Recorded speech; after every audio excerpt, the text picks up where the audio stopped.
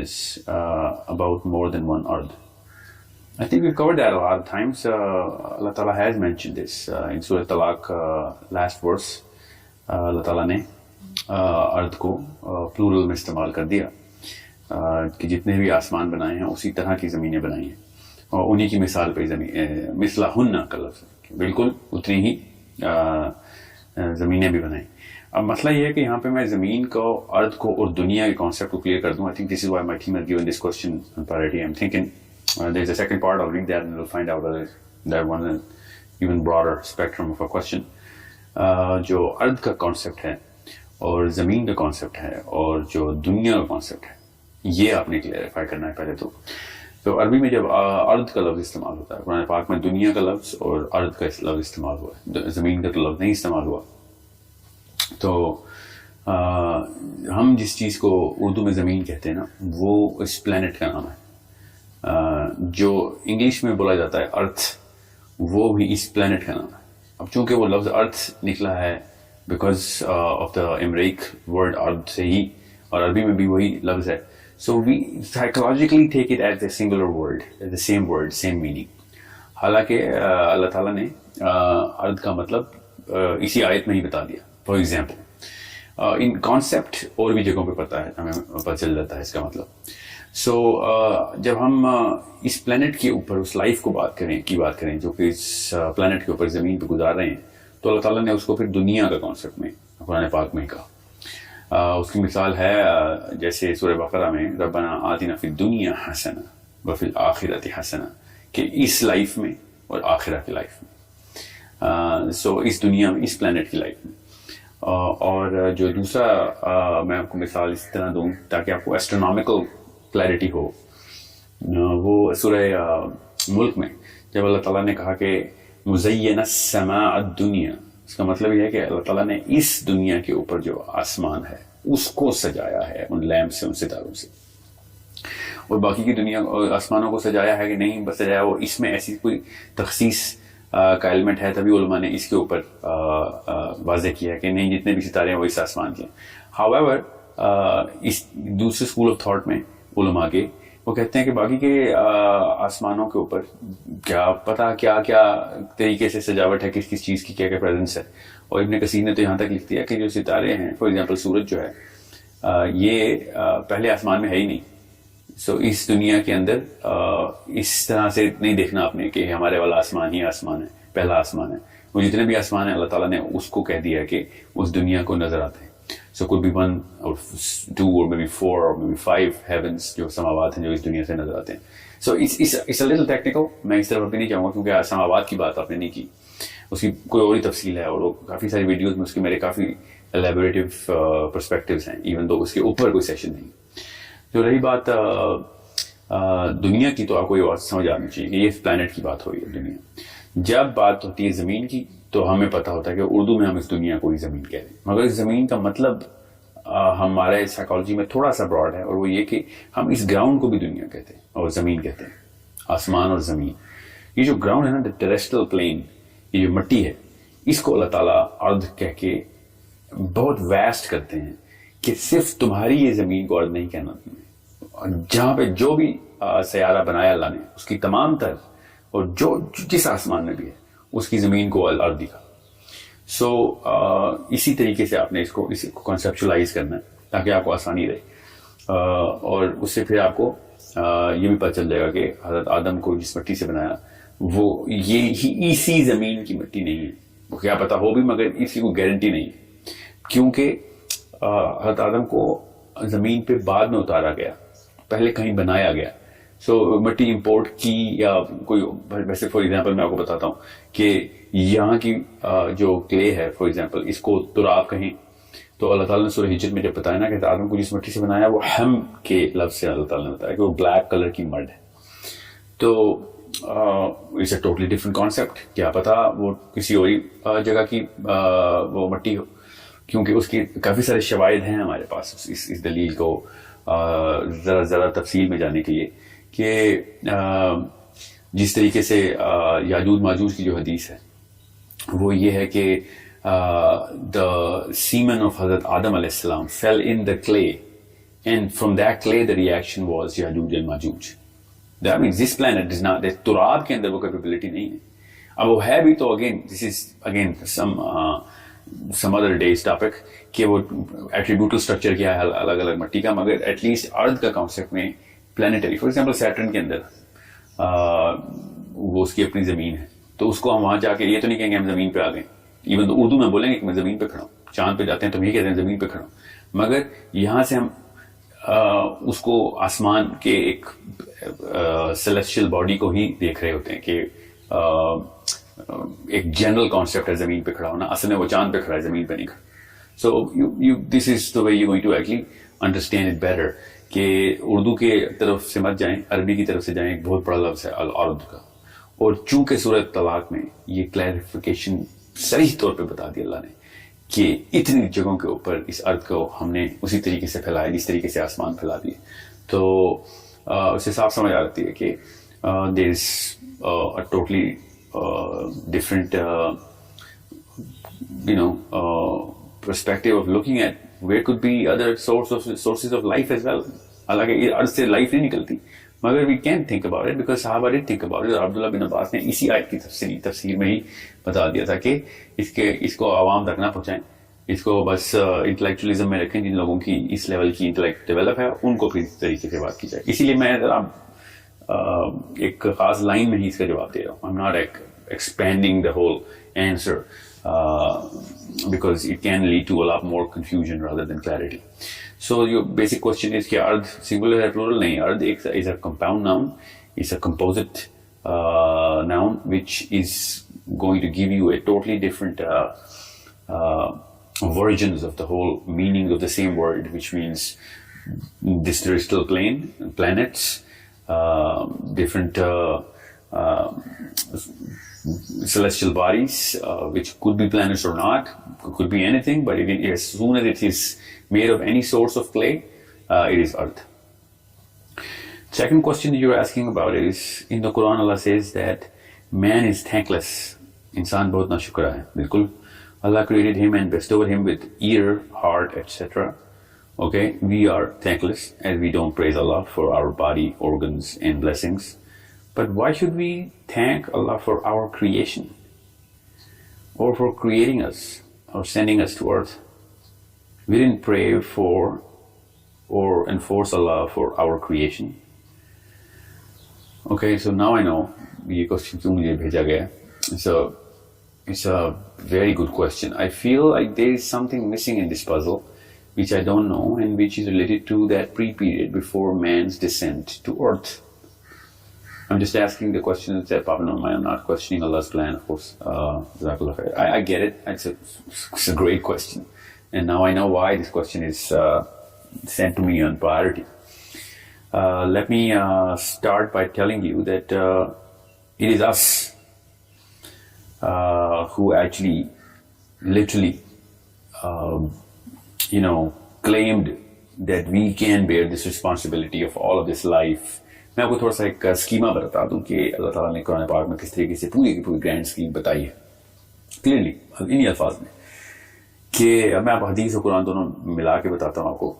حدیث یہ ہے کہ جس سے آپ کو ایک پرسپیکٹو کلیئر ہوگا کہ یہ پورا کیونکہ کوشچن از کور فلاسفی. اس سے زیادہ فلاسفی کا سوال میں نے آج تک نہیں سنا, اتنا زبردست سوال آپ نے پوچھا کہ اس سے آپ کو اسلامک فلسفہ بھی کلیئر ہوگا. And I'm going to give you my opinion, of course.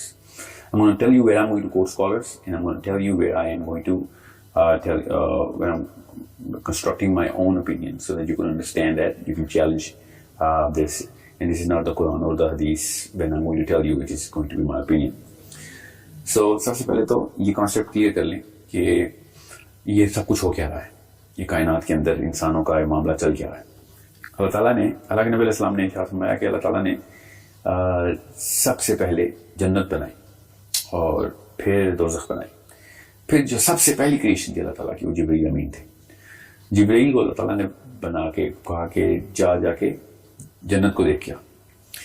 اور میں مفہوم بتا رہا ہوں آف کورس. جبرائیل جنت میں گئے اور پھر اللہ تعالیٰ نے کہا کیا دیکھا, تو اللہ تعالیٰ جبرائیل نے کہا کہ یہ تو ایسی جگہ ہے کہ ادھر کون نہیں آنا چاہے گا, پھر سوائے اس کے کہ میں چھوٹا کر دیتا ہوں حدیث کو, کہ جو راستے ہیں اس جنت کے آنے کے, جو ہرڈلز ہیں ادھر پہنچنے کے, اس کے بعد جب اللہ تعالیٰ نے کہا نا کہ وہ ہرڈلس دیکھو، تو اللہ تعالیٰ کو پھر جبریل امین نے کہا کہ ادھر کون پہنچ سکتا ہے، پھر یہ تو بہت ہی مشکل ہے، مطلب اتنی ہرڈلز ہیں اس کے اندر. پھر دوزخ کا ٹور کیا جب، تو دوزخ کے ٹور پہ جبرائیل امین نے کہا کہ ادھر کون آنا چاہے گا، نو ون ول وانا کم ہیئر. پھر اللہ تعالیٰ نے کہا اس کے راستے کو دیکھو. تو پھر راستے کی جو لذتیں جو ڈلی ہوئی تھیں، جو عیاشیاں ملتی ہیں، جو آسائشیں اور آسانیاں ملتی ہیں اس کے راستے میں جو پلاٹڈ تھیں، جبرائیل نے کہا کہ ادھر سے کون بچ سکے گا، پھر یہ تو this is too tempting, any one is going to come here. Now this is the shortest version of this حدیث. حدیث تو بہت لمبی ہے، مگر میں آپ کو اس لیے بتا رہا ہوں کہ how and where and what the original picture looks like. اس کی ریزولوشن بہت کلیئر رکھیں. پھر اللہ تعالیٰ نے اب یہ شروع ہو رہا ہے سارا کا سارا معاملہ. اس کا مطلب ہے کہ گرینڈ اسکیما کے اندر یہ گفٹس ہیں. اللہ تعالیٰ جب کہتے ہیں نا فَبِأَيِّ آلَاءِ رَبِّكُمَا تُكَذِّبَانِ، اس میں جنت کی تمام تر نعمتیں بتا رہے ہوتے ہیں سورہ رحمان میں. تو سوچیں کہ وہ یہ گرینڈ اسکیما کی پینیکل کیا ہے، اور پھر جنت کے درجات کی الگ الگ کہانی، اور ہر درجے مطلب جو سب سے لوئسٹ درجہ اس کو 13 زمینوں جتنی جو ہے وہ غالباً 13 یا 13,000 زمینوں جتنی جو ہے نا وہ ٹیریٹری ارض ملے گی. تو this is something which is you should start with, کہ یہ کہانی شروع ایسے ہوئی. پھر اللہ تعالیٰ نے قرآن پاک میں جب سورہ آل عمران میں کہا نا کہ اے بنی آدم یاد کر وہ دن جب ہم نے بنی آدم اور اس کی تمام در اولاد کو اکٹھا کیا است میں، عالم است میں، اور پھر تم سے وعدہ لیا گیا کہ میں تمہارا ہی معبود ہوں کہ نہیں. تمہیں پتہ چل گیا ہے کہ کیا کہانی ہے. اینڈ دے آل سیڈ کہ یس، ہم آپ کی عبادت کا وعدہ کرتے ہیں. یہ قرآن پاک کی آیت کا میں نے آپ کو مفہوم بتایا تاکہ آپ کو پتہ چل جائے کہ قرآن پاک کس طریقے سے یہ بات اس طریقے سے بتاتا ہے کہ فار ایگزامپل میں اور آپ آپس میں بات کر رہے ہیں اس وقت، مجھے تو نہیں یاد وہ دن عالم است کا، تو اللہ تعالیٰ نے کیوں کہا یاد کرو وہ دن کہ جب میں نے بنی آدم اس کی ساری اولاد کو اکٹھا کیا تھا.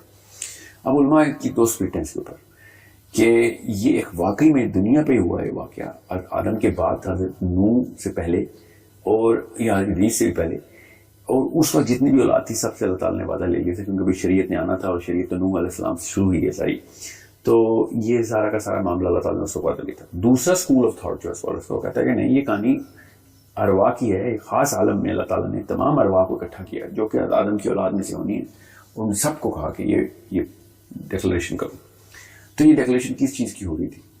یہ ڈیکلریشن کسی ابھی تک آپ کے سوال کا جواب شروع نہیں ہوا، یہ کانٹیکسٹ میں بتا رہا ہوں آپ کو کہ یہ کس طریقے سے اللہ تعالیٰ نے بتایا کہ آپ کے پیدا ہونے سے پہلے بھی یہ معاملات کس طریقے سے آپ کو اکٹھا کر کے عیاں کر کے بتائے گئے.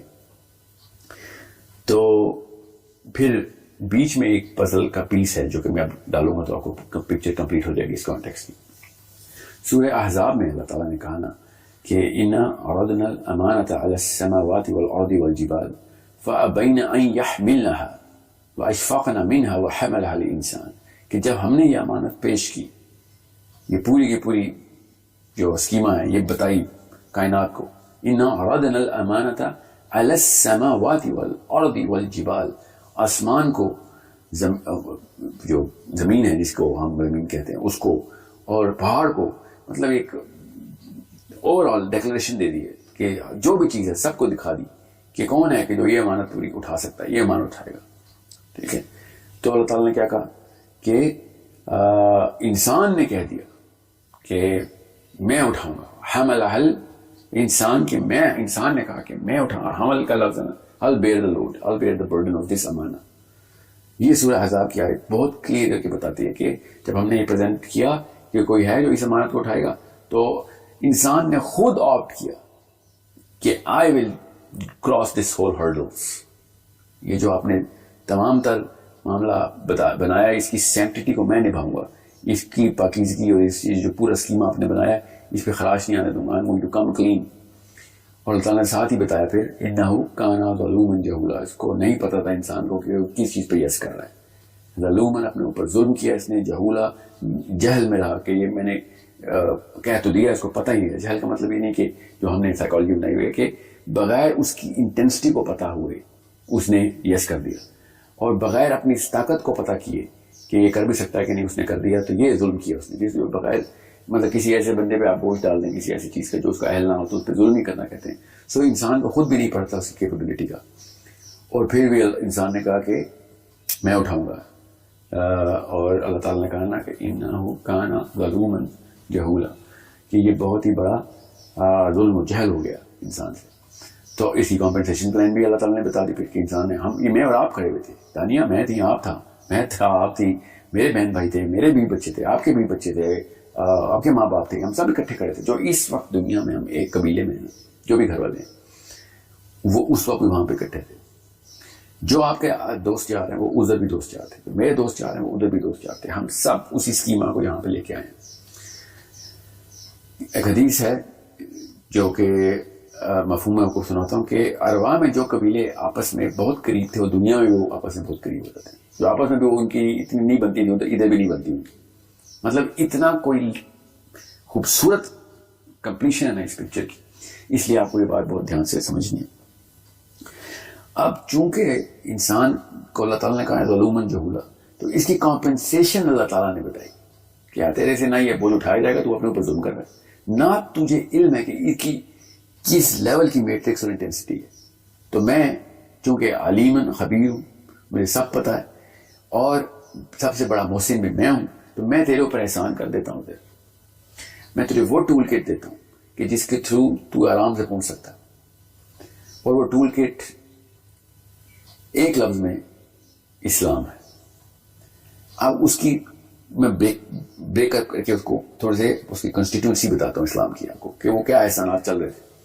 اللہ تعالیٰ نے بھی کہا کہ تجھے یہ سب کچھ بھول جائے گا, تجھے پتہ نہیں چلے گا, تیرے اندر ایروگنس آ جائے گی, کیونکہ تجھے جیسے ہی میں نے نیچے زمین پہ اتارنا ہے اس وقت تجھے پتہ چلے گا کہ تیرے سے بہتر تو وہ چیز ہی نہیں. سو میک شیور یہ احد اور توحید کا کانسیپٹ اپنے ذہن میں رکھی. جب تو توحید پہ رہے گا تو ہمبل رہے گا کہ یار میں اللہ کا ایک غلام ہوں, میں کوئی بڑی چیز نہیں ہے دنیا میں. اس کے لیے بھی میں تجھے ایک اور گفٹ دیتا ہوں, اور وہ ہے نماز کا.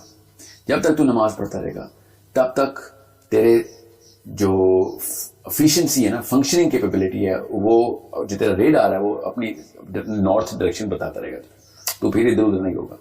قرآن پاک میں تجھے خود نازل کر کے دوں گا, تجھے ایک ایک جگہ پہ یاد دہانی رہے گی. پھر ایسے ایسے انبیاء بھیجوں گا میں اس وقت, تاکہ اگر تم لوگ بھول جاؤ تو یہ تمہیں آ کے یاد کرا دیں. پھر میں ایسے ایسے سائنس میں تمہارے جسم کے اندر دکھاؤں گا, فی انفسکم, پھر تمہیں آسمانوں میں دکھاؤں گا, تاکہ اگر کسی بھی معاملے کے اندر تمہیں کچھ بھی نہ سمجھ آئے, پچ بلیک میں چلے جاؤ, تب بھی تمہیں اللہ تعالیٰ کا راستہ مل جائے گا. اس لیے فکر نہ کرنا, کچھ ایسے کام ہیں جو کبھی بھی نہ کرنا, میں پہنچا دوں گا تمہیں. اور اللہ تعالیٰ نے وہ بتایا پھر کام کیا, شرک کبھی نہ کرنا, طاغوت کبھی نہ کرنا, کفر کبھی نہ کرنا, پھر قتل نہ کرنا. میں میٹرکس اسی طریقے سے بتا رہا ہوں. سب سے بڑا شرک گناہ جو ہے شرک ہے. اس کے بعد جو اسلام کے فلسفے میں موٹا موٹا بتا رہا ہوں, سارا چیزیں تو آف کورس نہیں بتا سکوں ایک ویڈیو میں. شرک کے بعد پھر طاغوت ہے, طاغوت کے بعد پھر کفر ہے, کفر کے بعد پھر قتل ہے, قتل کے بعد پھر سود ہے, سود کے بعد پھر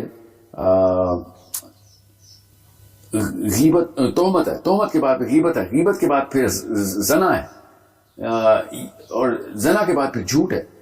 سو انڈرسٹینڈ یہ سیکوینسنگ فلسافیکل ہائرارکی ہے جو میں نے آپ کو بتائی ہے. سو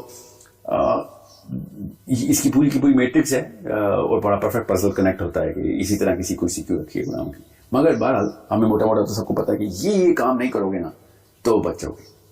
سو نماز ہو, روزہ ہو, زکوٰۃ ہو, حج ہو, جہاد ہو, دعوت ہو, کسی لیول کے اوپر آپ نے یہ والے جو کام ہے نا, یہ ایز گفٹس مل رہے تھے. اس وقت ہم فوجیوں کی طرح بیک پیک پہن کے بیٹھے ہوئے تھے جہاز کے اندر, اور پیراشوٹ کھلنے والا تھا, اور اللہ تعالیٰ نے ہمیں پہلے بتایا کہ یہ بھی لے لے, یہ بھی لے لے, یہ بھی لے لے, تو یہ ساری چیزیں کام آئیں گی. اور بالکل ماں جس طریقے سے لنچ باکس نہیں پیک کرتی اپنے بیٹے کا بیٹی کا جب وہ کسی لمبے سفر پہ, بالکل یہ ہمارا لنچ باکس ہے, یہ ہمارا نیپ سیک ہے, یہ ہمارا بیک پیک ہے, یہ ہمارا ٹول کٹ ہے, کہ یہ ایز گفٹس ہمیں مل رہے ہیں. ایک جگہ پہ بھی اللہ تعالیٰ نے پھر ساتھ ہی اللہ تعالیٰ کہ پیسوں کی فکر نہ کریں, وہ میں کر دوں گا. وہاں پہ تجھے بہت شیطان آئے گا, تجھے بھوک سے ڈرانے, بچے مار دے گا تو اپنی غربت کے در سے اس کو ابورشن کے لیے.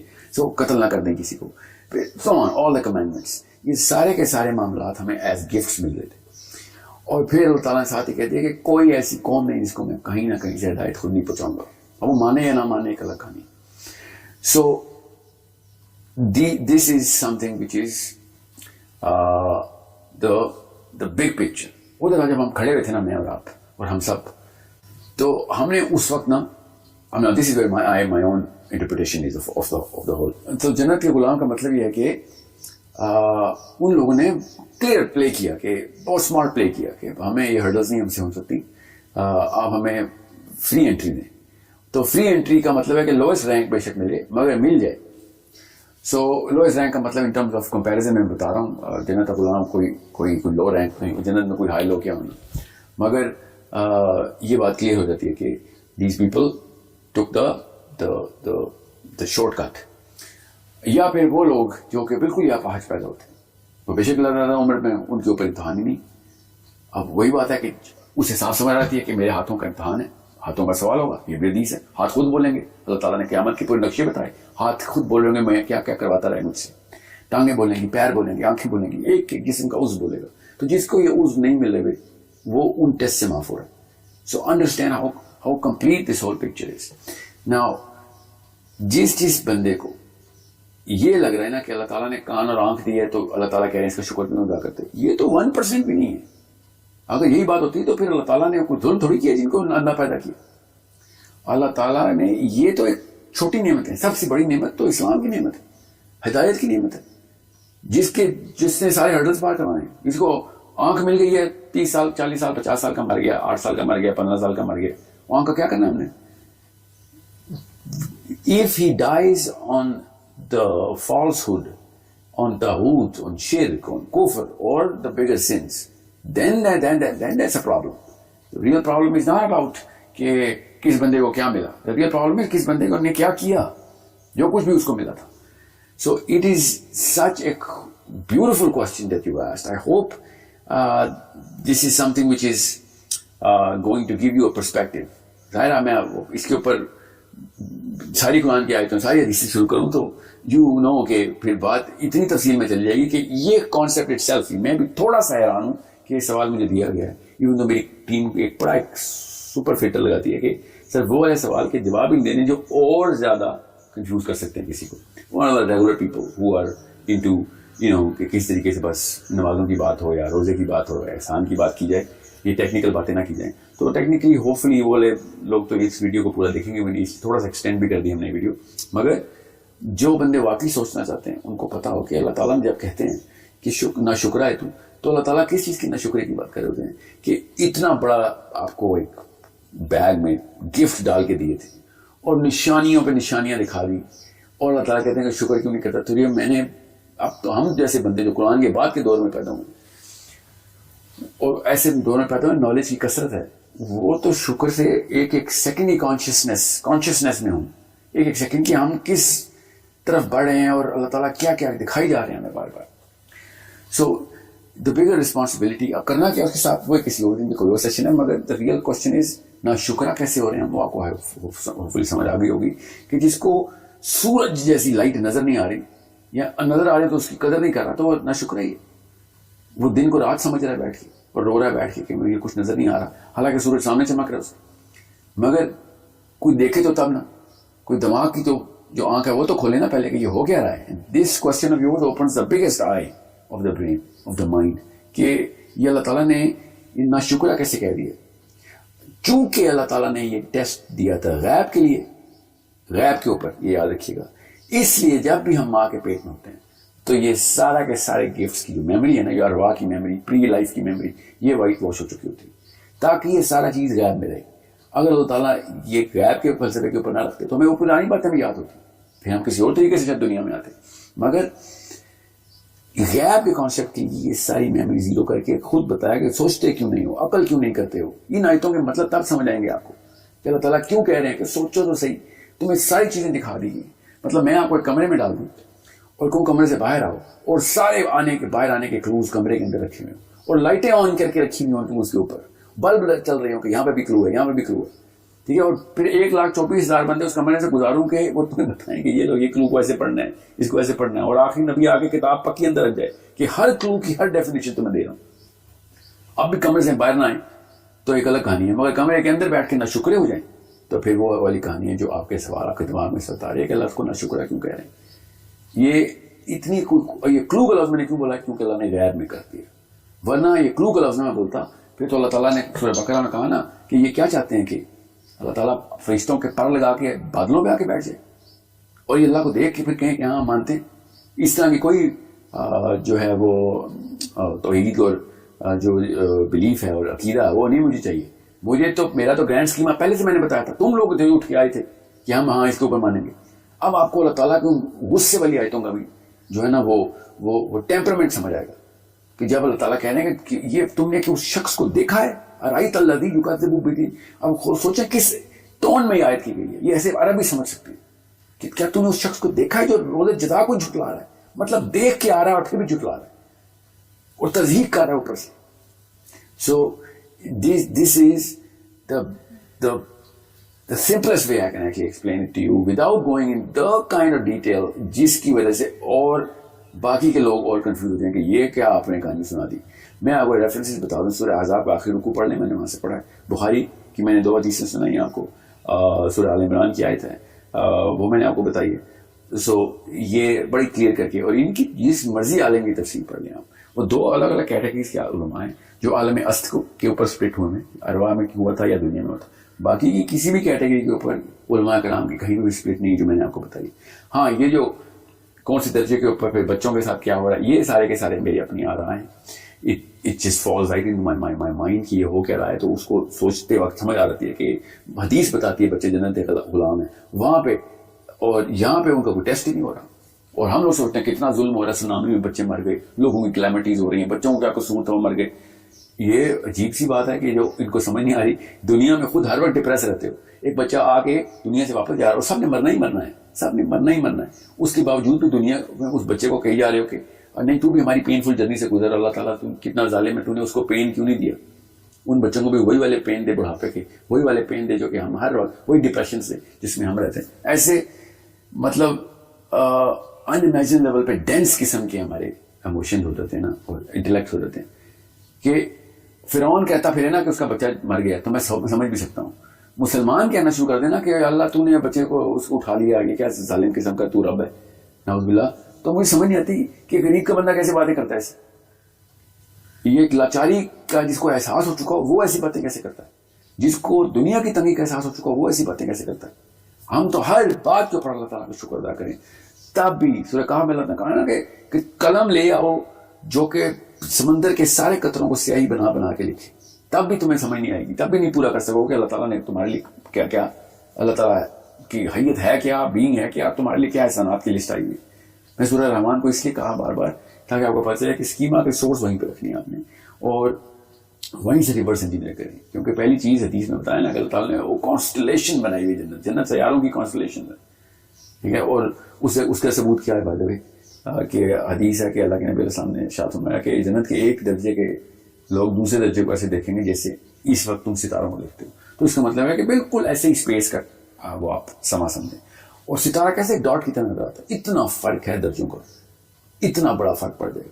مگر ایٹ لیسٹ وہ جنت میں ہوں گے, جو لوگ دوزخ دیکھ کے آئے ہوئے ہوں گے یا جو عراف کے میدان سے آئے ہیں انہیں کو پتا ہوگا کہ وہ لوئسٹ رینک آف دا جنہ از دا highest level of delight for any human mind to manifest, so to comprehend as well. So understand how important all of this is, how grave these details are, how important اللہ تعالیٰ کا system ہے جو اللہ تعالیٰ نے آدم سے وعدہ لیا کہ پورا کرو گے نیچے آنے, اور اللہ تعالیٰ نے کہا پورا کروں گا, اور کیا بھی آدم نے, حضرت نوح نے بھی کیا. اللہ کے نبی علیہ السلام تک ہر نبی نے آ کے وہ وعدہ اپنے طور پہ پورا کروایا. اب ہماری باری ہے کہ اللہ تعالیٰ کا سسٹم زمین پہ لے کے آئیں, اللہ تعالیٰ کا نظام لے کے آئیں. ورنہ اپنے اوپر تو بدھ مت میں بھی محنت ہے, اپنے اوپر تو رہبانیت اور کرسچینٹی میں بھی محنت ہے, اپنے نفس کا تزکیہ تو ہر جگہ پہ ہی ہے. یہ جو بڑے کام ہے نا یہ ہیں وہ ستاروں کو دیکھنے والے لوگوں کی نشانی ہے, جو اللہ کا نظام کو سیٹل کرنے کے لیے جو اصلی وعدہ ہے نا, اوریجنل پرومس جو قرآن پاک نے بتایا نا کہ آدم سے وعدہ کیا لیا, کب لیا وعدہ, جنت میں لیا نا وعدہ. سوچیں جنت میں لیا گیا وعدہ, اس کا مطلب ہے کہ دس از اے the pinnacle, this is the actual core of all human beings are, or what we are supposed to do.